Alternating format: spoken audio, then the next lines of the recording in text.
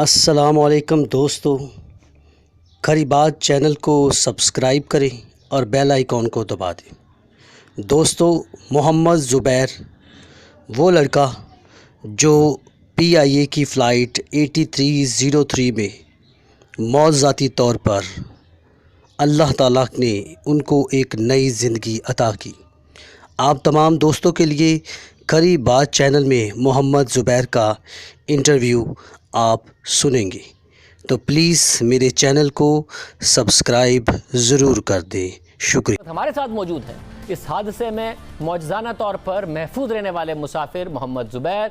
मोहम्मद ज़ुबैर, बहुत शुक्रिया हमें शो में ज्वाइन करने के लिए। ज़ाहिर है एक बहुत बड़ा एक मौजज़ा है कि आप ज़िंदा हैं, आप हयात रहे, आप उतने ज़ख्मी भी नहीं हुए, मगर साथ ही एक बहुत बड़ा हादसा है जो आपने देखा। मैं बड़ा शुक्रगुजार हूँ कि आपने हमारे लिए वक्त निकाला है। अब आप खैर आफियत से हैं, आप बिल्कुल ठीक हैं? जी अल्हम्दुलिल्लाह बेहतर है। बस हाथों और पाँवों पे वो जला है, जो है टांगों पे और हाथों पे जलने का है। बस अब हमारे नाजरीन के सामने रखिएगा, क्योंकि जाहिर है अब जो PIA है उनकी तरफ से एक बात कही जा रही है कि टेक्निकली ऐसी कोई खामी नहीं थी, मगर तहकीकात के बाद पता चलेगा। साथ ही बहुत सारी लोग बहुत सारी बातें कर रहे हैं। आप जहाज़ के अंदर मौजूद थे जब जहाज़ ने सफ़र शुरू किया। उसके बाद ये कहा गया कि जहाज़ एक दफ़ा लैंड करने जा रहा था, मगर उसे वो लैंड नहीं कर सका और उसने दोबारा एक चक्कर काटा, और फिर जब वो दोबारा लैंड करने के लिए आ रहा था तो अचानक मीडिया की कॉल हुई। क्या हुआ, आपने क्या देखा एग्जैक्टली? फ्लाइट जो है चली है 1 बजे लाहौर से, और मामूल के मुताबिक जो है वो सही चल रही थी, सारी चीज़ें सही थी।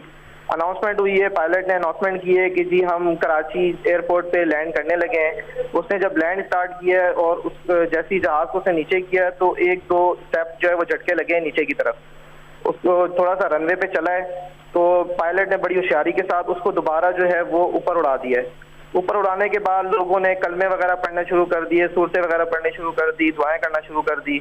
उसके बाद 10 से 15 मिनट तक जहाज ऊपर ही वो उड़ाते रहे हैं, और उन्होंने फिर एक सेफ जगह देख के जहाँ पर कोई रश नहीं था, उन्होंने कहा कि जी मैं लैंडिंग करने लगा हूँ। उन्होंने दोबारा अनाउंसमेंट की है, बड़ी कोशिश की उन्होंने कि अनाउंसमेंट की करके कि मैं लैंड करूँ इसको, लेकिन इन केस वो जो भी हुआ है क्रैश हो गया।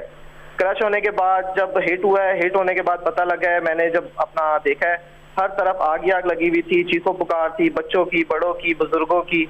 तो मैंने अपना सीट बेल्ट खोला है। सीट बेल्ट खोलने के बाद मैंने इधर उधर देखा है तो मुझे एक तरफ रोशनी नजर आई, तो उस रोशनी को देखते हुए मैं बाहर निकला हूँ। बाहर निकलने के बाद मैंने 10 फीट हाइट की जंप मारी है नीचे, और इस तरह मैं बाहर आया हूँ। फिर मुझे जिना अस्पताल लेके आ गए और अभी इस टाइम मैं सिविल हॉस्पिटल में हूँ। जब पहली दफ़ा अनाउंस किया और लैंड नहीं कर सके और फिर चक्कर लगा के वापस आए, और जो दूसरी दफ़ा अनाउंस किया, इसके दरमियान कितना टाइम लगा? तकरीबन